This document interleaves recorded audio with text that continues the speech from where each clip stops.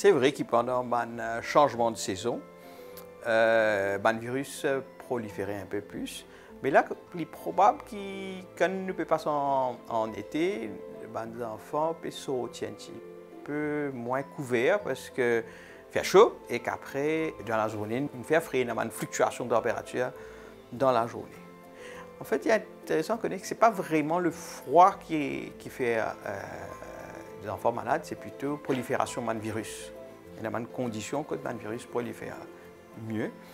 Par exemple, quand il fait frais, il prolifère mieux. Quand il est bien humide, il prolifère mieux. Nous connaissons dans Maurice, il y a beaucoup d'humidité. Et bien sûr, quand il y a un endroit clos, comme dans la crèche, beaucoup d'enfants ensemble, un endroit pas bien aéré, le virus se multiplie plus et se contamine les enfants plus facilement. Il y a plusieurs virus qui, dans une période entre saisons, par exemple pour le nez, il y a un virus qui s'appelle rhinovirus, qui multiplie facilement dans le nez et qui donne un rhume, un rhinopharyngite aux enfants, comme la gorge rouge, tout ça. Et il y a le virus de la grippe qui circulait un peu plus facilement. Et il y a un virus qui est responsable de gastro, qui aussi circulait, contaminé par la main, contamination comme les enfants ensemble. Il y a le lavage des mains assez important pour empêcher la prolifération de virus, tout comme une épidémie de masque, mais masque qui peut aider l'éviction scolaire comme les enfants malades, pas l'école. Et aussi dire tousser, comment je peux dire à l'époque Covid, pas oublier si un enfant peut tousser, même il est un peu petit, nous pouvons expliquer tous dans ce coude. Ou bien un petit chou paper, tout ça, après il jette.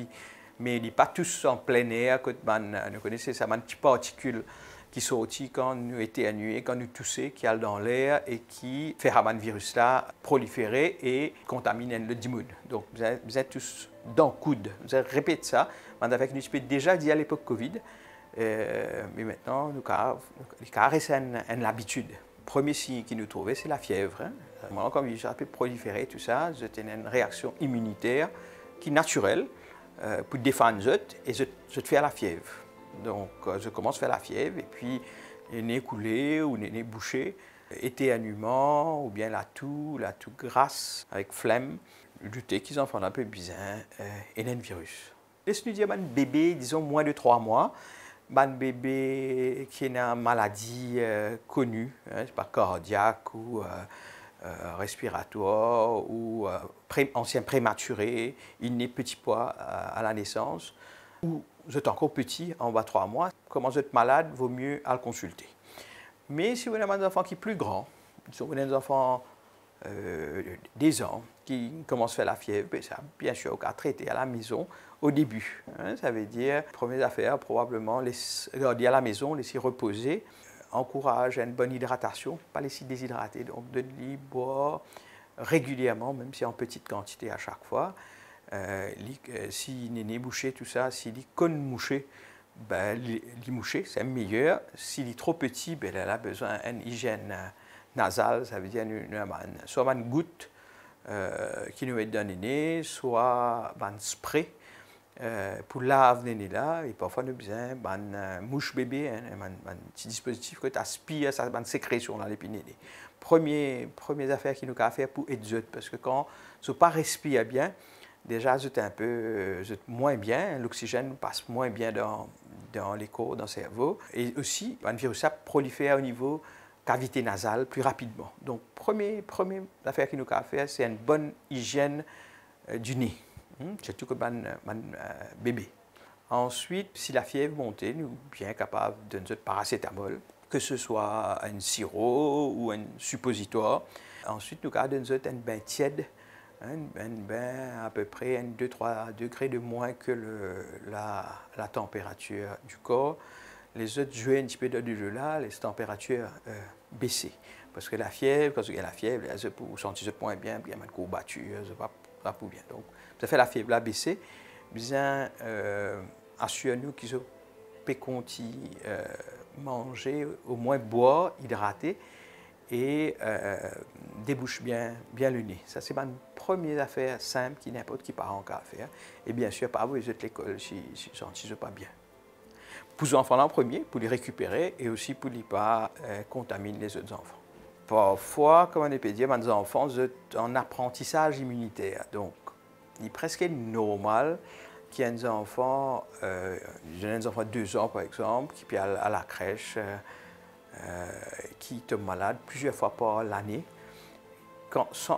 sans qu'ils nous disent qu'ils sont des enfants fragiles, anormalement faibles, etc. C'est normal qu'ils gagnent un virus parce qu'ils rencontrent un virus première fois dans sa vie et à chaque fois, ce système immunitaire peut réagir.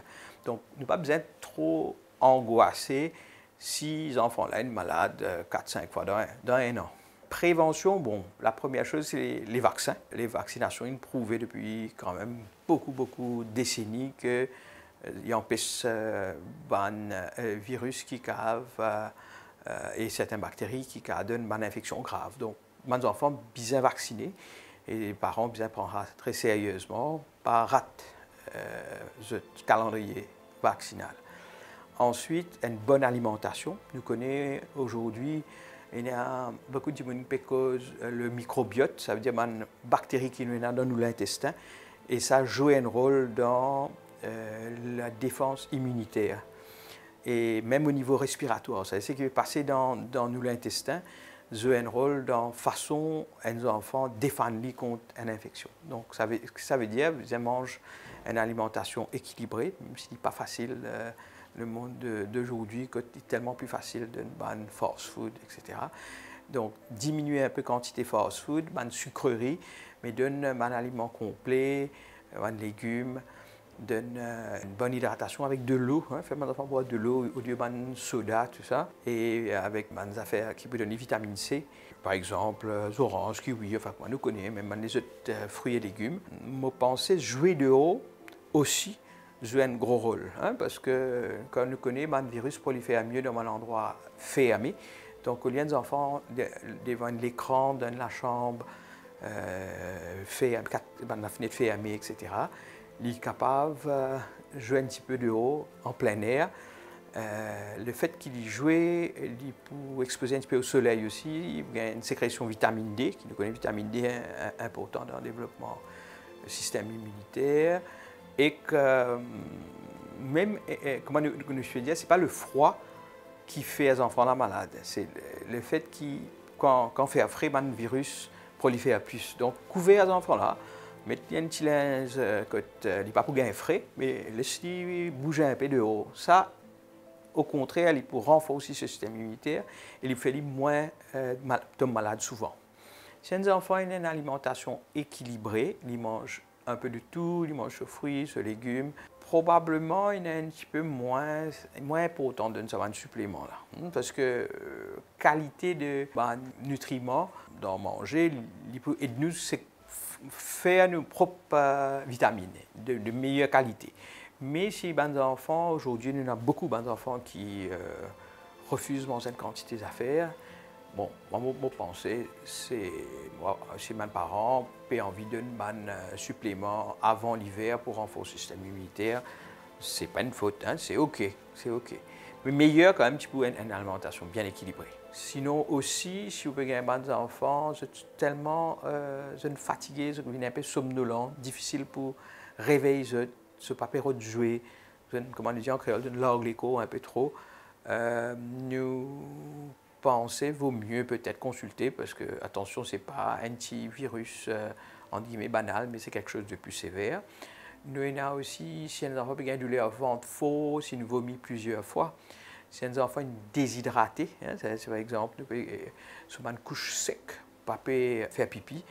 Si un enfant a une douleur à la tête très fort ou peut vomir, raideur de nuque, parfois un peu plus difficile, ça va si la pour les parents connaît, par exemple, si quand il bouge les coups, il est douloureux. Et ainsi aussi quand il y a une tache rouge qui paraît dans l'écho de façon assez brutale. Ça, c'est une affaire qui, si les parents trouvent ça, un affaire faux, un enfant qui a une douleur à la tête avec une tache rouge qui paraît un coup dans l'écho, vaut mieux consulter. Et ensuite, au niveau respiratoire, si vous pouvez trouver un enfant qui a une difficulté pour respirer, peut faire beaucoup d'efforts pour respirer, ou bien respirer vite, un petit peu étouffé, bien sûr, là, les convulsions aussi, bien sûr. Normalement, c'est un enfant fait de convulsions, mes parents, pour amener assez rapidement chez le médecin ou plutôt directement à l'hôpital. Dormir suffisamment. Quand nous dormons, l'écho réfère. Et donc, dans les enfants, disons, on a tendance à dormir un peu moins, surtout avec la télévision, l'écran pendant longtemps. Donc, bien dormir au moins 9 heures de temps par jour minimum. Ça veut dire, nous pouvons dire à nos enfants, disons, puis à l'école, 6 ans, 7 ans, bien dormir 8 heures, 9 heures, au petit heure, pour les lever souvent 6 heures. Donc, bien dormir suffisamment pour qu'il est là capable de récupérer et le système immunitaire renforcé aussi. Quand on a la pluie, tout ça, pas les enfants avec un linge humide longtemps aux autres, parce que ça aussi n'est pas trop bon pour faire autant malade plus. Mais si on a la pluie, peut faire juste un petit peu frais, couvrir-les bien et les 6 jouer dehors, il pour respirer bien et ça pour aider à renforcer le système immunitaire. Les enfants sont habitués à boire de l'eau à longueur de journée, ils ont besoin d'un de coude, ils ont besoin à chaque fois de soif, boire de l'eau. Dès le jeune âge, si mes parents sont capables de faire à mes enfants accepter de boire de l'eau même. Pas besoin de jus, pas besoin de soda, de l'eau. C'est une bonne affaire, une bonne hydratation, c'est bon pour prévenir beaucoup de problèmes dans l'avenir. Et Maurice fait chaud, donc quand je dois transpirer beaucoup, je peux boire régulièrement.